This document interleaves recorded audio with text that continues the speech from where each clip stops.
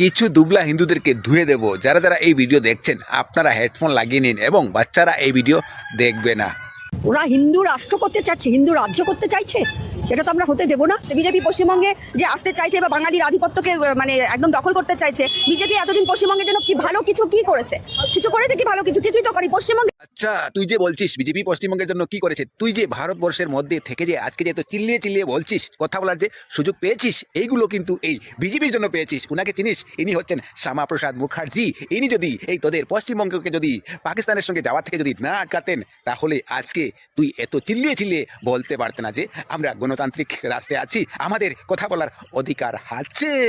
মাগির বাচ্চি actually না, তোরা হলে গিয়ে মাগি, তোরা হলে গিয়ে ধুবলা, তোরা হচ্ছিস পাকিস্তানের জন্মা। আজকে যদি পশ্চিমবঙ্গটা যদি পাকিস্তানে থাকতো, তাহলে তোর মার তোর 14 গোষ্ঠী না পুরা পাকিস্তান মিলে তোদের গুদ মারতে মারতে তোদের বাচ্চার লাইন করে দিত রে মাগি।